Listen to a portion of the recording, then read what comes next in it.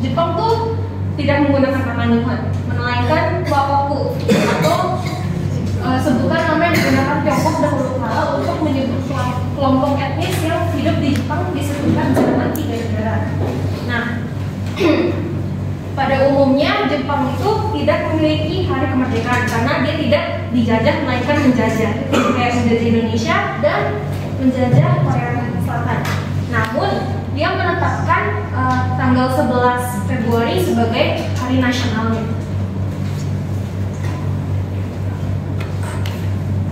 Nah, di sini ada karakteristik, ada budaya yang kaya. Jadi Jepang itu punya seni tradisional seperti cara teteh, kayak aja ada caranya loh. Terus ada seni menyusun bunga atau ikebana, ada berambut menyusun boneka, sama yang biasa terkenal kayak apa sih yang kalian gak kenal, kayak anime gitu, anime, manga, budaya pop yang dunia di Jepang gitu kan. Terus ada masyarakat yang disiplin, jadi yang kita tahu masyarakat di sana yang disiplin kemana-mana, ya ada sampah saling menyapa, sopan lah pokoknya. Nah, terus ada teknologi canggih. Ya, Jepang adalah salah satu pemimpin dalam inovasi teknologi, ya gitu.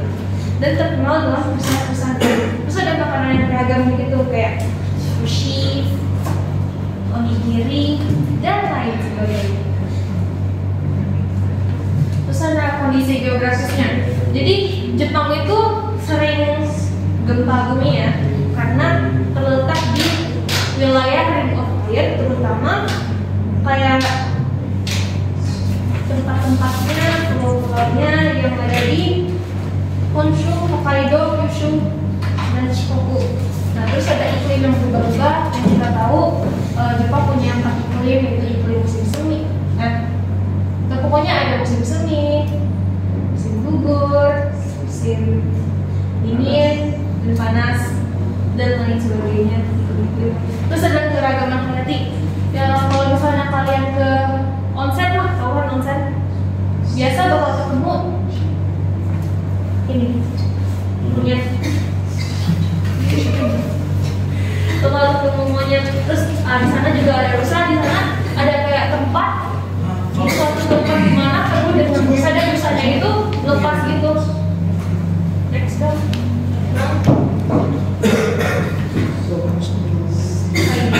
Sumber daya alamnya. Jadi Jepang itu kehutanannya juga masih lebat ya, banyak pohon bambu, apalagi pohon-pohon, hutan-hutan yang bisa ada tuh satu hutan yang terkenal angker, tapi saya nggak bakal sebutin nama hutannya.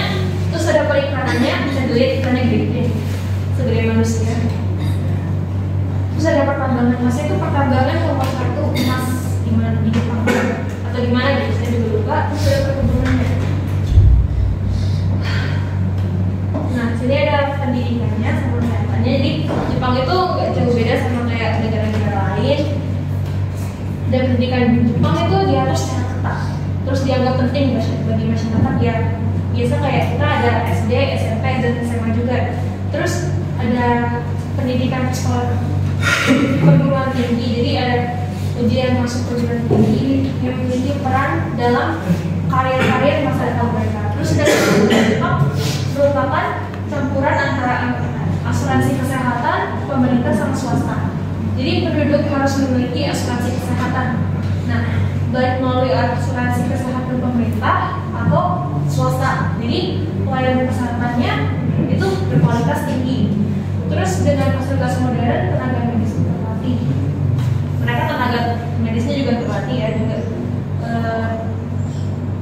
menjadikan kesehatan masyarakat adalah fokus penting gitu. Jadi Jepang melakukan upaya pencegahan penyakit promosi gaya hidup pada masyarakatnya. Terus ada ekonominya. Dari pendapatan per kapita dari tahun 2020 mencapai sekitar 42.860 USD.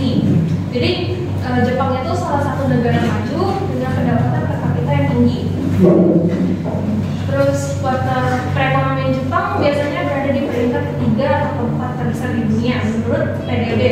Jadi Jepang itu sama sama negara-negara lain seperti Jerman tuh sering